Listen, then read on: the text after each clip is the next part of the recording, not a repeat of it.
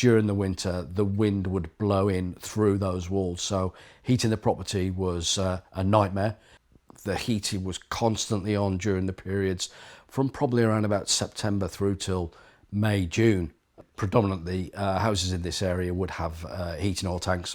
When we first moved into our property, our boiler was inside. During the winter, when it was kicking in, it stunk. With heating oil, the prices fluctuate daily. So that was why I set up the oil buying group.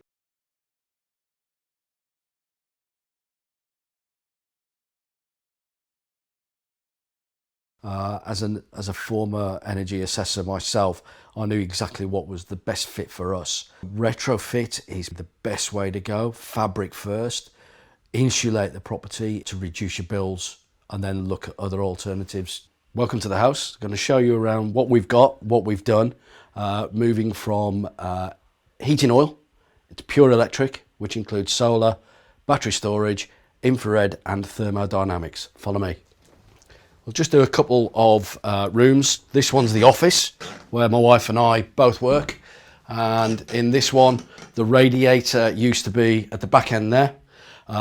Upstairs was single skin with render on the outside, and it used to get cold during the winter. So what we've done is we've taken the radiators out and we've actually put infrared heating panels, one above each station, so that we both get the heat.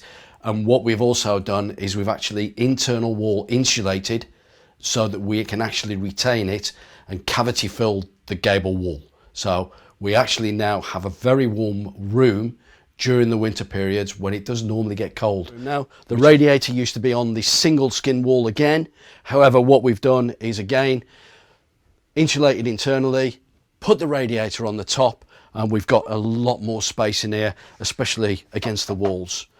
Into the back bedroom, we've done exactly the same again. Single skin, we've insulated across there, put in a radiator, LED lighting, and it makes the room a lot better. And you've even got space now against the wall so you can go that way. What next? Let's go bathroom. What we've got there is we're about to rip out the whole of the bathroom, insulate the walls, and then redo do that. However, with both a infrared panel and also with a extractor, we don't have any condensation anymore. So what we're doing is I'm going to show you now the pump that we use with the thermodynamic panel, which means that we don't need to look at having a boiler in any way, shape or form. As I said, this used to be a heating oil property. When we had a problem, we were swapping out our heating oil, we put in an electric boiler, which was a 14 kilowatt system, and our electric bills went through the roof. Now, as you go up into the loft, I'm going to put the lights on right now. What you're looking at now in the loft is basically the SAHP Retrofit box or pump that is fitted with the thermodynamic panels, and that provides us with our hot water only. So the pump there basically is the Retrofit version. There are other versions, so that if you haven't got a solar ready hot water tank, of which we have, they would have actually brought in and put in their own system with the pump, which would have been on top of it. That is the easiest way of doing it. But because we'd actually got a solar ready hot water tank, large enough for 6 people in the property, we didn't need to do that, and they just put the pump in, which was the easiest way. So in the living room, downstairs is all cavity wall, but what we've done is we've actually gone further. We've actually insulated the cavity walls and put internal wall insulation. Down here used to be where the radiator used to be. We've taken that out, giving us extra space, but right above we have 2 infrared panels. They are basically controlled by our thermostat controller that we've got down there, and that gives us all that we need with regards to that. Going forward into the kitchen and the dining room, originally this used to have electric underfloor heating. When we put in our extension, because that is an actual single story SIPS build, it's very, very highly insulated. When we put the underfloor on in there, that heats the whole room through. It's great. It means that we're only using one pad instead of 3 to heat the area. Going on to the next bit. Obviously we have solar, and with solar comes the idea of storing any excess. Now we have the old feed-in tariff, which effectively means that we get paid for what's getting generated and sent back to the grid. So for us to continue with that, what we've done is we've actually added an AC inverter, and we've put in 22 kilowatts of storage. That gives us anything that we actually generate during the day. And I know that these batteries are actually full right now. I've got 100% capacity with regards to the amount of energy I've got stored.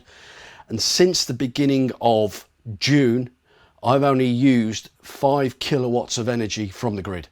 For hot water, because we haven't got a boiler, we don't have a boiler anymore. What we've done is we've actually installed on the back wall here thermodynamic panel. It works very, very similar to the old evacuated tubes. However, there's no boiler. That provides us with hot water 24/7, 365. So with taking out the heating oil, which used to be in the enclosure behind where the camera guy is at the moment, we've put everything in. We've made a lot of space for ourselves. We've got no boiler sat outside or internally, so that gives us a lot of space. We've had the panels since 2012. So as you can see, we've got panels. We've got an east-west facing roof, so it was easier for us to actually have panels on the front and the back to maximise the amount of sun that we can get during the summer periods. Because we didn't want to put the thermodynamic panel on the roof, that was just as easy for us to put it. So you've got there the combination of both solar panels with the battery storage in our utility room and our thermodynamic, which connects straight into our heat pump in our loft space. Having seen what we've done with regards to our own energy bills, having looked after 300 to 400 people with regards to heating oil for a few years now, it's made me make the decision to go and look at setting up in business, which is where Carbon Reduction Solutions comes in. And my main aim is to make sure that we can get as many people having the same technologies, reducing their bills, and in most cases, especially with heating oil, take them off heating oil altogether.